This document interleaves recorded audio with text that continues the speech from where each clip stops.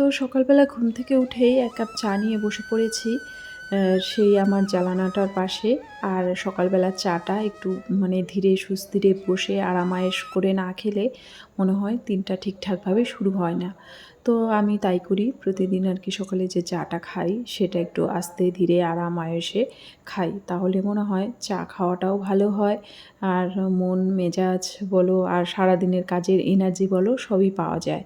তো ওই জন্য আর কি সকালবেলা উঠে আস্তে ধীরেই চাটা খাই।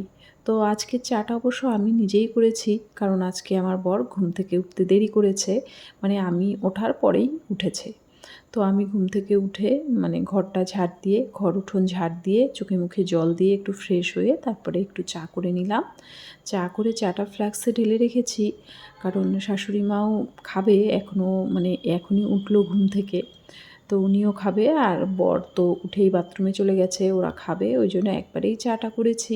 করে আমারটা আমি নিয়ে চলে আসলাম আর ওদেরটা ফ্লাক্সে করে রেখে দিলাম, যে যখন আসবে খাবে।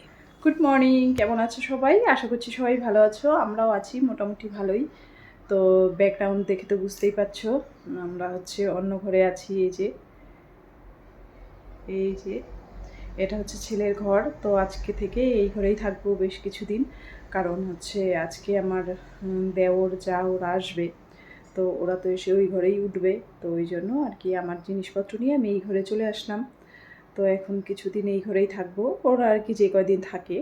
তো খুব বেশি দিন থাকবে না ওরা, খুব বেশি হলে আর কি 12-13 দিন বা 15 দিনও হতে পারে। তো এইরকমই থাকবে। তো এই কটা দিন আমি এই ঘরেই থাকবো। তো এটাই আমার ঘর। আর ওটা যেই ঘরে আর কি থাকি আমি, সেটা দেওরের ঘর। তো ওরা তো থাকে না, ওই বছরে একবার আসে, ওই 10-12 দিন থাকে। তো আর ওই ঘরটা প্রচুর ঠান্ডা, তো ওই জন্য ওই ঘরেই থাকি, এটাই হচ্ছে ব্যাপার। তো দেখি ওরা আসবে আস্তে আস্তে, হয়তো রাত হয়ে যাবে, 8টা-9টা বেজে যাবে রাত। আর কাজকর্ম আছে প্রচুর, কিন্তু বাইরে ওয়েদারটা এতটাই মেঘলা যে কি বলবো, মাঝে মাঝে ঝিরিঝিরি বৃষ্টি পড়ছে। তো এর মধ্যে কাজকর্ম করতেও ভালো লাগে না। তো দেখা যাক, আর ওই ঘরটাও একটু পরিষ্কার পরিচ্ছন্ন করব। মানে জিনিসপত্র আমার নিয়ে আসা হয়ে গেছে, খালি হয়ে গেছে, কিন্তু ওই বিছানা চাদর টাদরগুলো চেঞ্জ করতে হবে, এটাই করব। আর দেওর তো আসবে, আর যা হয়তো নাও আসতে পারে আজকে, কারণ মানে আমাদের বাড়ি আসার পথেই আর কি ওর বাবার বাড়িটা আগে পড়ে। তো সারাদিন বাচ্চা কাচ্চা নিয়ে আর কি জার্নি করে আসবে, হয়তো ওখানেও উঠতে পারে, আমি ঠিক জানি না। তো দেখা যাক। তো সঙ্গে থাকো, দেখতে থাকো। আর এই যে এই দিদিটাকে আমি রেখেছি, কারণ আমার হাতে হাতে একটু সাহায্য করে দিতে, না হলে প্রচণ্ড অসুবিধা হয় আমার। তো এই যে এটা হচ্ছে দ্বিতীয় রাউন্ডের চা, এটা হচ্ছে সকালবেলা খেয়েছি। তো এটা হচ্ছে দ্বিতীয় রাউন্ডের চা, সকালবেলা খেয়েছি লাল চা, এখন খাচ্ছি দুধ চা। খেয়ে দিয়ে তারপরে যে রান্নাটা করব, তারপরে আস্তে আস্তে ঘর দোর গোছগাছ করবো। রান্নাটা না করলে আবার টেনশন থাকে।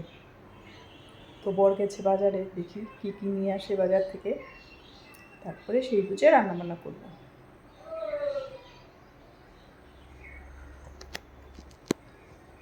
তো রান্নাঘরে চলে এসেছি, বেশ অনেকক্ষণ হলো।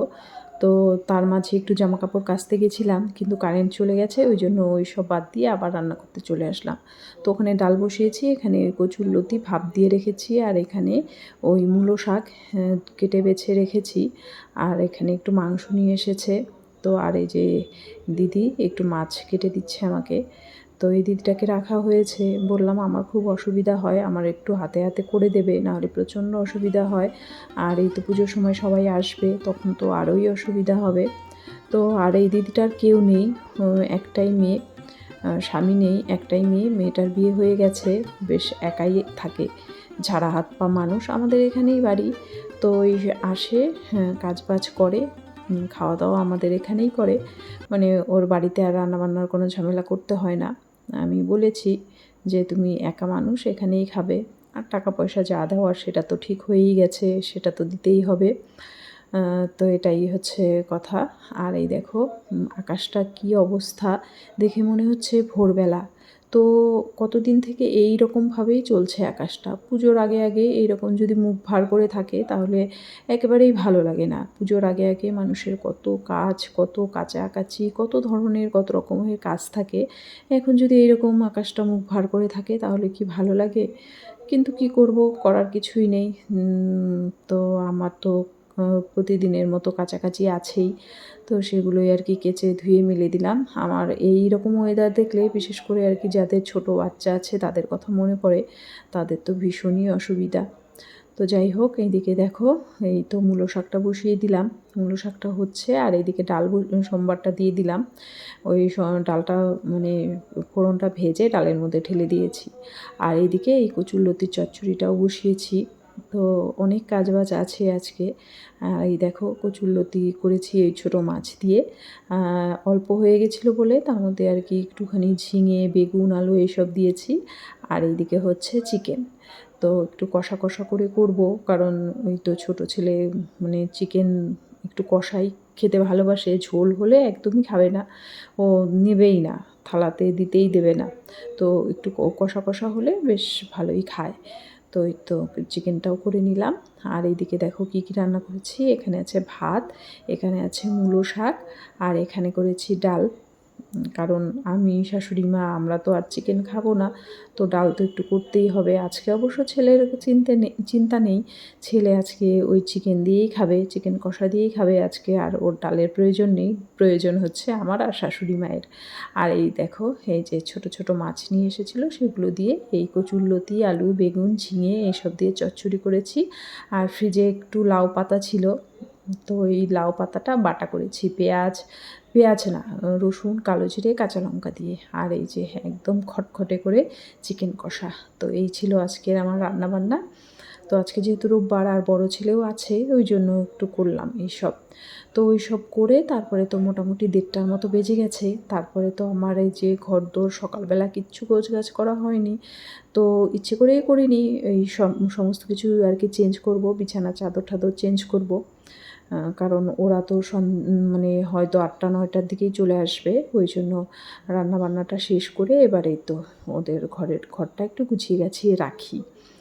তো এই একটা নতুন চাদর সেদিন কিনে এনেছি, তো মানে এটাই পেতে দিচ্ছি। আরও আছে, কিন্তু ওই তো নতুন জিনিস আনলে, বিশেষ করে মানে বেড কাভার যদি নিয়ে আসি, ভাবি যে এটা পাতবো না, এটা রেখে দেবো, মানে কোনো অনুষ্ঠান হলে তখন পাতবো।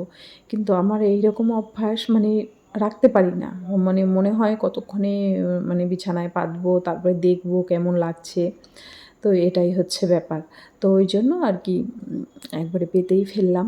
তো সঙ্গে দুটো আর কি বিছানার চাদর তো আছেই, সঙ্গে দুটো বালিশের কাভার আছে, আর একটা কোল বালিশের কাভার আছে।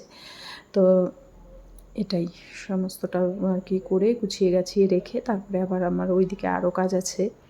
তো এই দেখো এই তো এই কোলবালিশটা আগেরবার তাড়াহুড়ো করে লাগিয়েছিলাম, কোলবালিশের কাভারটা, তো দড়িটা ছিঁড়ে গেছে, তো আমি গার্ডার দিয়ে আটকে রেখেছিলাম। তো বেশ খুলতে অনেকটাই সময় লাগলো। তারপরে এই তো এই বালিশের কাভারগুলো লাগিয়ে তারপরে আমি চলে যাব সোজা আর কি বাথরুম পরিষ্কার করতে হবে। তো কয়েকদিন থেকেই ভাবছি যে করব, আবার ভাবলাম যে না, ওরা আসবেই, তাহলে আর মানে 1-2 দিন পরেই করি। তো ওই জন্য আর কি আজকেই করতে হবে। আর এই দেখো ড্রেসিং টেবিল পুরো ফাঁকা করে দিয়েছি, কারণ ওই আমার জিনিসপত্র ছিল। তো এই ঘরে কিন্তু মানে অনেক জিনিসই আছে, কিছু আছে আমার জায়ের, কিছু আমার, আর কিছু শ্বশুরমশাই, যেমন সোফাটা শ্বশুরমশাই কিনেছিল, খাটটা জায়ের, ড্রেসিং টেবিলটা আমার, আলমারিটা আমার, মানে এইরকমই, মানে দুজনেরই জিনিস আছে। তো এই যে এইমাত্র স্নান করে আসলাম, স্নান টান করে এসে ভুল করে ওই ঘরে ঢুকে পড়েছিলাম। তো আমার জিনিসপত্র তো সব এইখানে, তো এই যে জিনিসপত্র সব এই ঘরে নিয়ে এসেছি। তো ভুল করে ওই ঘরে ঢুকে পড়েছি, আসলে সারা বছর ওই ঘরে থাকি, ওই জন্য। তো এখন হচ্ছে পুজো টুজো কিচ্ছু দেওয়া হয়নি, এইমাত্র স্নান করে আসলাম, এখন বাজে মানে বিকেল 4:10। তো সবারই খাওয়া দাওয়া হয়ে গেছে, এখন এই যে আমি পুজোটা দেবো, পুজো টুজো দিয়ে তারপরে খাওয়া দাওয়া করবো। খাওয়া দাওয়া সারতে সারতে তারপরে তো সন্ধেই লেগে যাবে। তারপরে দেখি আবার ওরা হয়তো মানে আস্তে আস্তে ওই 8টা সাড়ে 8টা হয়ে যাবে, তারপরে তো শুরু হবে হুলস্থুল, এটাই আর কি। তো চটপট আর কি পুজোটা দিয়ে নিই। আমি না খেয়ে আছি কোনো ব্যাপার না, ঠাকুর মানে সারাটা দিনই গেলেও ঠাকুরও না খেয়ে আছে, তো ঝটপট পুজোটা দিয়ে নিই।